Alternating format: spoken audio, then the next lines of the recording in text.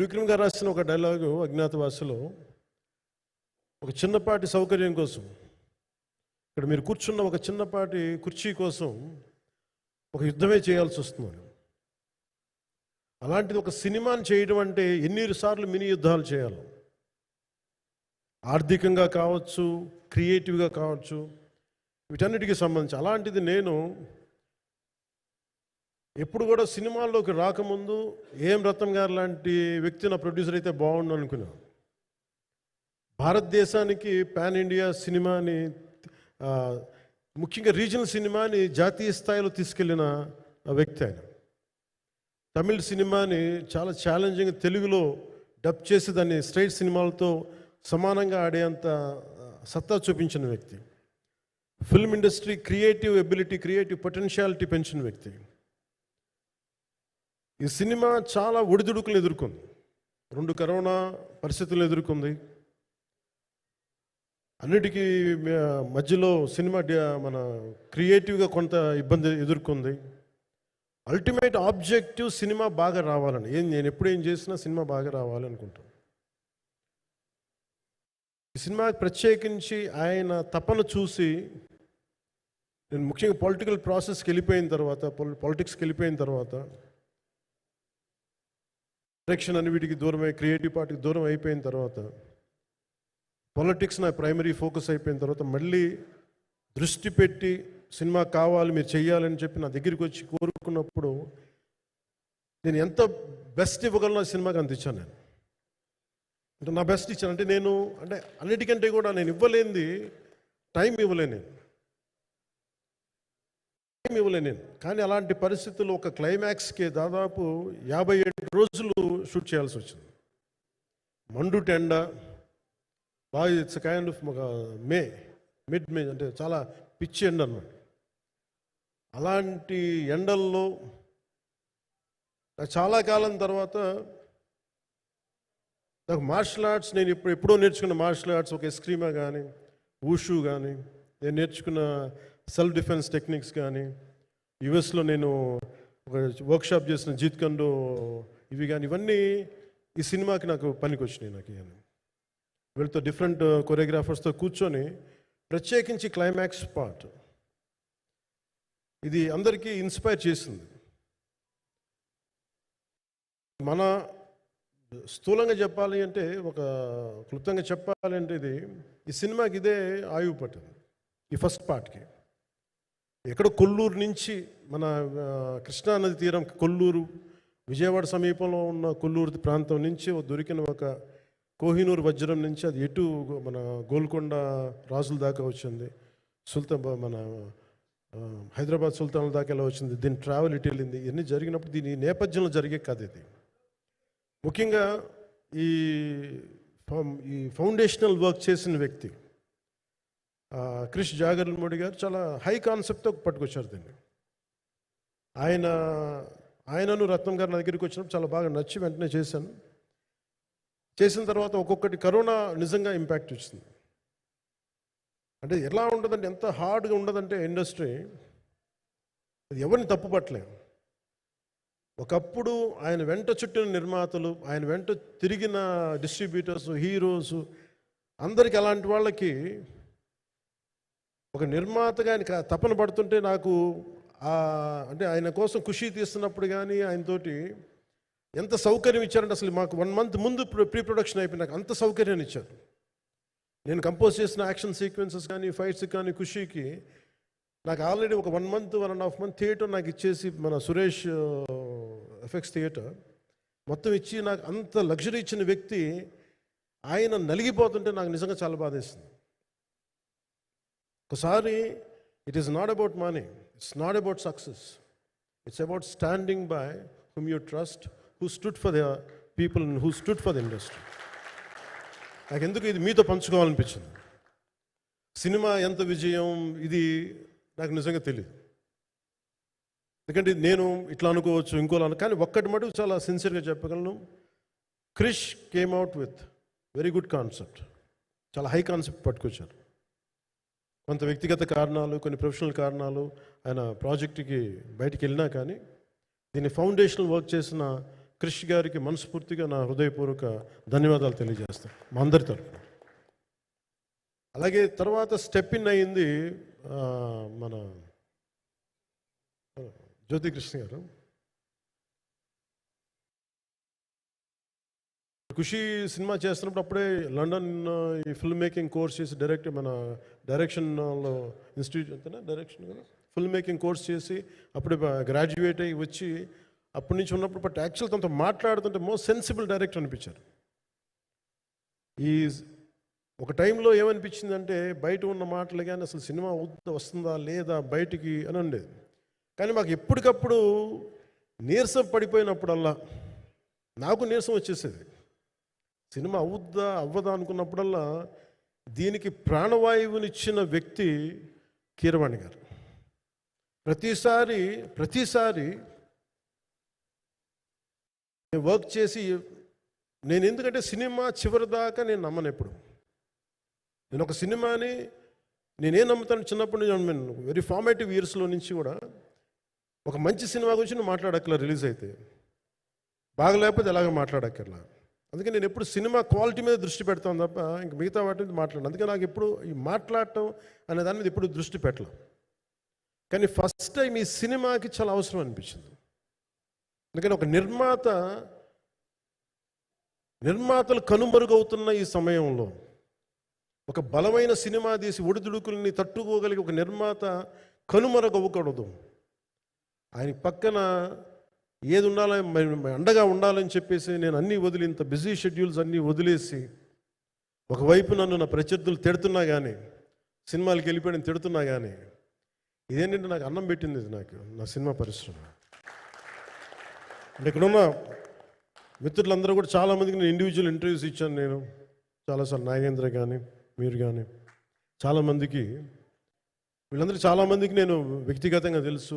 కాకపోతే నాకు సినిమా అంటే నేను సినిమా గురించి ఎక్కువ చెప్పలేక ఎక్కువ మాట్లాడలేను. కానీ బట్ నాకు నిజంగా సినిమా మీద అపారమైన గౌరవం, సినిమా మీద అపారమైన ఆసక్తి, నాకు ప్రాణవాయువు అది. Story telling is a necessity for all each and every individual. So cinema అది మనకు కల్పిస్తుంది, సినిమా మనకి అలాంటి. కానీ ఈ సినిమా ప్రత్యేకించి చాలా ఛాలెంజింగ్ సర్కమ్స్టాన్సెస్లో, చాలా ఒడిదుడుకుల్లో, యాడ్వర్స్ కండిషన్స్లో కూడా మనస్ఫూర్తిగా దీన్ని ముందుకు తీసుకెళ్ళి ఆర్థిక ఇబ్బందులు ఎన్ని వచ్చినా కానీ, అంటే నాకు పొలిటికల్గా పేరు ఉండొచ్చు, దేశవ్యాప్తంగా నేను తెలిసి ఉండొచ్చేమో, కానీ సినిమా పరంగా వచ్చేటప్పుడు నేను చాలా హీరోస్తో కంపేర్ చేస్తే వాళ్ళందరికంటే చాలా తక్కువ నేను. సో దానికి ఉండే ఇబ్బందులు దానికి ఉంటాయి. మిగతా వాళ్ళకి బిజినెస్ అయినందుకు నాకు బిజినెస్ అవ్వదు, వాళ్ళకి వచ్చినందుకు నాకు రాకపోవచ్చు. ఎందుకంటే నా దృష్టి, నా కాంపిటేటివ్నెస్ ఎప్పుడు నేను సినిమాల మీద పెట్టలేదు. నేను ఇప్పుడు సొసైటీ పొలిటికల్ ప్రాసెస్ పెట్టాను, కానీ ఎప్పుడు సినిమా మీద నేను ఎంత ఉండాలనేది నేను ఎప్పుడు పెట్టలేదు. నేను ఎప్పుడు చాలాసార్లు మన నాగేంద్ర కానీ మిగతా మన సూపర్ హిట్ మన కీర్తిశేషులు బిఆర్ రాజు గారు చనిపోయారు ఇంటర్వ్యూస్లో కూడా ఉంటుంది. ఈ చిత్ర పరిశ్రమ చాలామంది హీరోస్ ఉంటారు, వాళ్ళలో నేను వన్ ఆఫ్ ది హీరో అంతే. నాది ఒక సంవత్సరంలో ఒక ఫ్రైడే ఒక థర్స్డే రిలీజ్ అవుతుంది అంతే, అంతకుమించి తప్ప ఇది అందరి పరిశ్రమ, అందరూ రావాలి అలాంటిది నేను కోరుకునేవాడిని నేను. సో దాంట్లో భాగంగా రత్నం గారు లాంటి నిర్మాత బతికుండాలి, రత్నం గారి నిర్మాతకి ఇబ్బందులు కలగకూడదని చెప్పి లాస్ట్ మినిట్లో ఇంక చూసిన తర్వాత I stepped in to it. నేను భుజాల మీదకి తీసుకున్నాను ఇది. క్లైమాక్స్ని ఎలా భుజాల మీదకి అంటే, ఎందుకంటే ముఖ్యంగా ఇక్కడ ఇది ఇంకొక బలమైన స్టార్ కాస్టింగ్ చాలా బాగా చేశారు ఆయన. ముఖ్యంగా బాబీ డియోల్ గారిని అంటే ఈరోజు చూస్తుంటే నాకు అదే అనిపించింది. ఈరోజు మన ప్రెస్ మీట్ కూడా నేను వచ్చాను. అందరూ ఎంత బిజీగా ఉన్నారని కొన్ని రాత్రుల నుంచి నిద్రలేదు. మన మనోజ్ పరమహంస గారికి కానీ, రత్నం గారికి కానీ, జ్యోతి గారికి కానీ, పాపం ఈ సినిమా ప్రమోషన్ సింగిల్ హ్యాండెడ్గా పాపం నిధి అగర్వాల్ భుజాల మీద వేసుకొని నాకే బాధ అనిపించింది. పాపం ఒక అమ్మాయి తన కెరీర్ తను చూసుకోవాల్సిన అమ్మాయి కూర్చోబెట్టి నాకే సిగ్గు అనిపించింది. I have to truly appreciate you. అంటే చాలా పాపం అన్నీ వెళ్తూ ఉంటే నాకు ఇదేంటి సినిమాని అనాథలా వదిలేశారంటే అనిపించింది. సో నాకేమనిపించింది, ఈ సినిమాకి ఎవరు అనాథలా వదలలేదు, నేను ఉన్నానని చెప్పడానికి వచ్చాను ఈ రోజున. ఎందుకంటే నేను కోట్లాది మంది ప్రజలకి అండగా ఉండేవాడిని, దేశంలో ఉండే సమస్యలకి స్పందించేవాడిని. అలాంటిది తెలుగు సినిమాకి, నా సినిమాలకి మీకు తెలుసు గతంలో ఎన్నిసార్లు ఇబ్బందులు పెట్టారు. అదే మన ప్రభుత్వం అక్కడికి రాగానే వెంటనే సాధారణంగా గుండెలు హృదయ కవాటాలు తెరిచి మరి ఆహ్వానించాం. ఏమి కృతజ్ఞత కూడా ఆశించలేదు. అంత చిత్ర పరిశ్రమను అంత గుండెల్లోకి తీసుకుంటాం. అలాగే దీనికి సంబంధించి అలాంటిది నా సినిమాని నేను ఎందుకు వదిలేస్తాను? ఎందుకంటే ఇది ఇంకో సినిమా కాదు. ఒక మేకప్ మ్యాన్గా ప్రారంభమయ్యి ఇంకో ప్రొడ్యూసరు, డబ్బులున్న ప్రొడ్యూసరు, పెద్ద జీవితాల నుంచి వచ్చిన ప్రొడ్యూసరే కాదు, చాలా చిన్న స్థాయి నుంచి, ఒక మేకప్ మ్యాన్ స్థాయి నుంచి బాయ్గా స్టార్ట్, అంటే చిన్నప్పటి అసిస్టెంట్గా స్టార్ట్ అయ్యి చాలామంది మన సీనియర్ దర్శకులందరి దగ్గర పనిచేసి అంచెలంచెలుగా ఎదిగి నిర్మాత అయ్యి, దర్శకుడయ్యి, స్క్రీన్ ప్లే రైటర్ అయ్యి, మీరు ఏమన్నానంటే ఆయన మౌనంగా ఉంటారు. ఎవరు ఎన్ని ఇబ్బందులు పెట్టినా మౌనంగా ఉంటారు. ఆయన మౌనం ఒకసారి నాకు విపరీత అసహనాన్ని గురి చేసేస్తుంది. మీరు ఏదైనా మాట్లాడాలంటే ఎవరు ఇబ్బందులు పెట్టి ఏం ఎదురు తిరగరు ఏంటంటే ఇలా అంటారు, ఏం చేయాలి. ఇంకా ఇలాంటి వ్యక్తికి ఆయన మౌనం నన్ను ఇలా రోడ్ల మీదకి వచ్చి ఇలా మీ దగ్గరికి ముందు నుంచోబెట్టింది.